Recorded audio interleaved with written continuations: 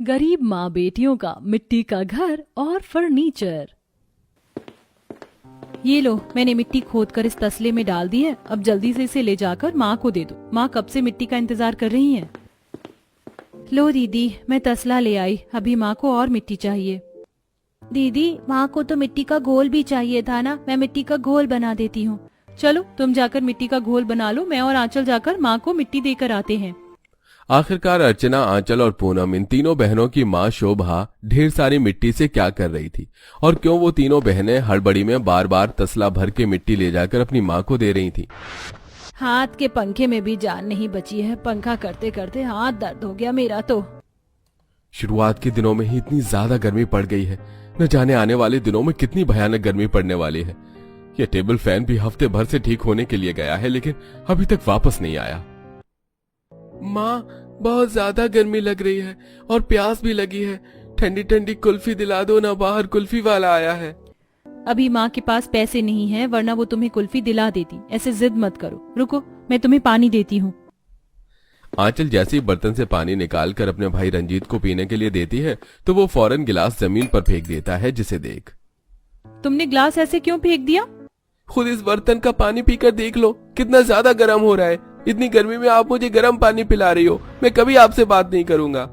रंजीत रोता हुआ बाहर चला जाता है। वहीं घर में बैठे सभी की हालत गर्मी से काफी ज्यादा खराब हो रही थी। जहां तीनों बहनें गर्मी बर्दाश्त करते हुए सबके साथ बैठी थीं, तो वहीं इन तीनों की माँ शोभा अपनी मालकिन राशि के घर पर झाड़ू पोछा लगा रही होती है। जल्दी से काम खत्म कर, मालकिन से थोड़े पैसे ले लेती हूँ। आज घर जाते हुए सबके लिए ठंडी ठंडी मटका कुल्फी लेकर चलूंगी। घर में गर्मी से सबकी हालत खराब हो गई है।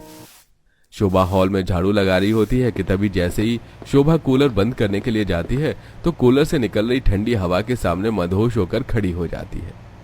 गर्मी के मौसम में ये कूलर की हवा दिल को कितना सुकून दे रही है। एक मेरा घर है जो हमेशा आग की भट्टी की तरह भपकता रहता है, और एक मेरी मालकिन का घर। कदम रखते ही घर में ऐसा लगता है कि किसी घर में नहीं बल्कि बर्फीली पहाड़ियों के बीच में आ गए हों।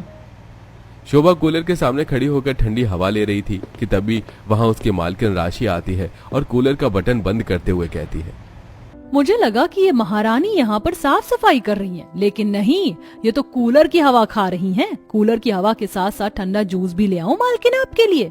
मालकिन माफ करिएगा, बहुत ज्यादा गर्मी लग रही थी इसलिए 5 मिनट कूलर के सामने खड़ी हो गई। तुम्हारे 5 मिनट हो गए हो तो अब झाड़ू भी लगा लो।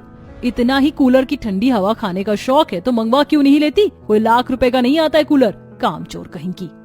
शोभा घर के कामों में लग जाती है और अपनी मालकिन से पैसे भी नहीं मांग पाती। ऐसे ही कुछ दिन गुजर जाते हैं।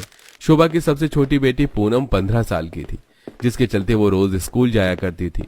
आज पूनम के स्कूल वाले सभी बच्चों को एक म्यूजियम दिखाने के लिए ले चलते हैं। वो पूरा म्यूजियम मिट्टी का बना हुआ था। उसमें रखी हर चीज मिट्टी की बनी हुई थी। ये मिट्टी का म्यूजियम कितना ज्यादा अच्छा है ना। मुझे नहीं पता था कि मिट्टी के भी म्यूजियम होते हैं। और यहाँ कितनी ज्यादा ठंडक है।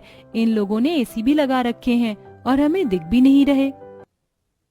तुम लोगों को जो ठंडक महसूस हो रही है ना, वो एसी की वजह से नहीं हो रही है, बल्कि इस मिट्टी के म्यूजियम की वजह से हो रही है। पुराने जमाने में जब पंखे, कूलर, एसी नहीं हुआ करते थे तो लोग इसी तरह के मिट्टी के घर में रहते थे, क्योंकि मिट्टी गर्मी के मौसम में काफी ठंडक देती है। अब तुम लोग ये चीज अपने घर में भी नोटिस करते होगे कि मिट्टी के मटके में रखा हुआ पानी 24 घंटे तक कितना ठंडा रहता है। ठीक उसी तरह अगर हम मिट्टी के बने हुए घर या कोई जगह में होते हैं तो वो जगह भी काफी ठंडक भरी होती है। पूनम अपनी टीचर की इस बात को बड़े ध्यान से सुन रही होती है और जैसे ही घर आती है तो ये सारी बात अपनी माँ और दोनों बड़ी बहनों को बताती है, जिसे सुन बड़ी बेटी अर्चना को एक काफी अच्छा आइडिया आता है। पूनम की बात सुनकर मुझे काफी अच्छा आइडिया आया है। क्यों ना हम भी अपने परिवार के लिए एक मिट्टी का घर बनाएं। इस फूस के घर में तो हमें गर्मी से राहत मिलने से रही, अगर मिट्टी का घर बनाएंगे कम से कम राहत तो मिलेगी हमें। लेकिन अर्चना बेटा, बोलने और करने में काफी ज्यादा फर्क होता है। मिट्टी का घर बनाना इतना भी आसान नहीं है। हमें पता है इसमें बहुत मेहनत होगी, लेकिन कम से कम गर्मी से राहत तो मिलेगी। अब आप खुद देखिए कि अभी तो गर्मी को शुरू हुए ठीक से 1 महीना नहीं हुआ है और हम सब की हालत कितनी ज्यादा खराब हो गई है। आगे जैसे जैसे महीने बढ़ेंगे तो क्या हाल होगा हमारा। हम सब हैं आपके साथ और हम आपकी खूब मदद करेंगे। अपनी तीनों बेटियों का हौसला देख अब शोभा के अंदर भी मिट्टी का घर बनाने का हौसला आ जाता है, जिसके बाद अब अगले दिन ही अपने मिट्टी के घर बनाने की तैयारी में लग जाती हैं। तीनों बेटियां पास की जगह से तसले भर भर के ढेर सारी मिट्टी लेकर आती हैं। माँ, इतनी मिट्टी काफी है या और लेकर आनी है अभी? बेटा, अभी के लिए तो इतनी काफी है। चलो अब घर बनाने में मेरी मदद करो, हम इस तरफ से घर बनाना शुरू करेंगे। मैं सोच रही हूँ 3 कमरे बना लेते हैं। अपनी तीनों बेटियों के साथ मिलकर मिट्टी और पानी की मदद से अब धीरे धीरे अपने घर की नींव रखना शुरू करती हैं। तकरीबन 1 हफ्ते में शोभा अपनी 3 बेटियों की मदद से 3 कमरों वाला एक मिट्टी का घर बनाती है। अब पूनम उस मिट्टी के घर की लिपाई के लिए मिट्टी का घोल का पानी लेकर आती है। देखो माँ, मैंने बिल्कुल सही घोल बनाया है ना, इससे हम घर की लिपाई अच्छे से कर देंगे तो हमारा घर सूख जाएगा और तेज बारिश में भी इसे कोई नुकसान नहीं पहुँचेगा। मेरी छोटी सी गुड़िया रानी को तो बड़ी जानकारी है इन चीजों के बारे में। चलो अब घर की लिपाई करते हैं। पूरे घर की लिपाई करने के बाद तकरीबन 2 दिन के अंदर पूरा घर अच्छे से सूख जाता है और अब घर की ठंडक के लिए वो सभी घर की बाहरी दीवारों पर पानी डाल देती हैं और जब घर के अंदर जाती हैं तो उन्हें घर में काफी ठंडक महसूस होती है। सच में घर के अंदर कितनी ज्यादा ठंडक है, ऐसा लग रहा है कि चारों कोनों में एक एक कूलर है। अब तो मैं आराम से घर में ही सोऊंगा, वरना रोज गर्मी से बचने के लिए आंगन में सोना पड़ता था और वहां मच्छरों का झुंड जीना हराम कर देता था।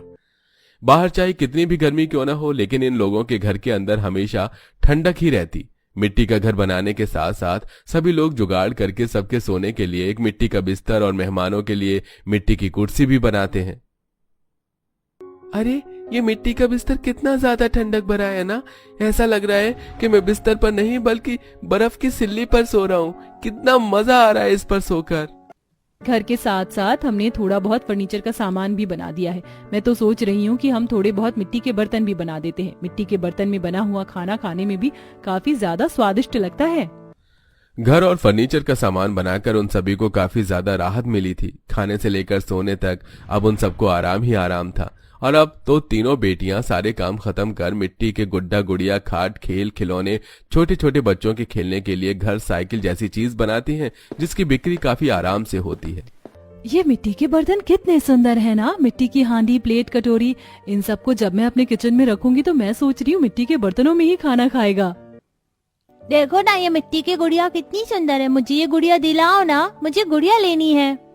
उस बच्ची को जिद करता देख अर्चना उसे वो मिट्टी की गुड़िया दे देती है, जिसे लेकर वो बच्ची काफी खुश होती है।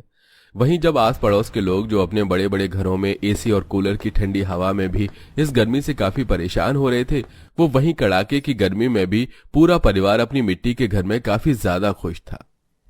तुम्हारा ठीक है, बिना पैसे खर्च करे मिट्टी का घर बना लियो और आराम से ठंडक में रह रही हो। हमें देखो, पहले जब ऐसी गर्मी नहीं रुकी तो हमने एसी लगवा लिया, इतने पैसे खर्च कर लिए, लेकिन अभी भी गर्मी से राहत नहीं मिली। ऊपर से ये बिजली के दफ्तर वाले आए दिन बिजली काट देते हैं, गर्मी से हालत खराब हो गई हमारी। तो आप भी मिट्टी का घर बनवा लीजिए। हमारा तो पहले से ही घर बना हुआ है, भला हम मिट्टी का घर बनाकर क्या करेंगे? अरे आंटी, माँ का मतलब है कि आप अपने घर के सामने एक छोटा सा मिट्टी का घर बना लीजिए। जब जब लाइट चली जाएगी तो आराम से मिट्टी के घर में रहना और कभी कभी तो लाइट होने के बावजूद भी जाकर रहना। इससे आपके बिजली के पैसे बचेंगे और गर्मी से राहत भी मिलेगी। चल बेटा, ये तो काफी अच्छा आइडिया बताया है तुमने हमें। अब तो मैं भी इनसे कहकर एक मिट्टी का घर बनवा लेती हूँ।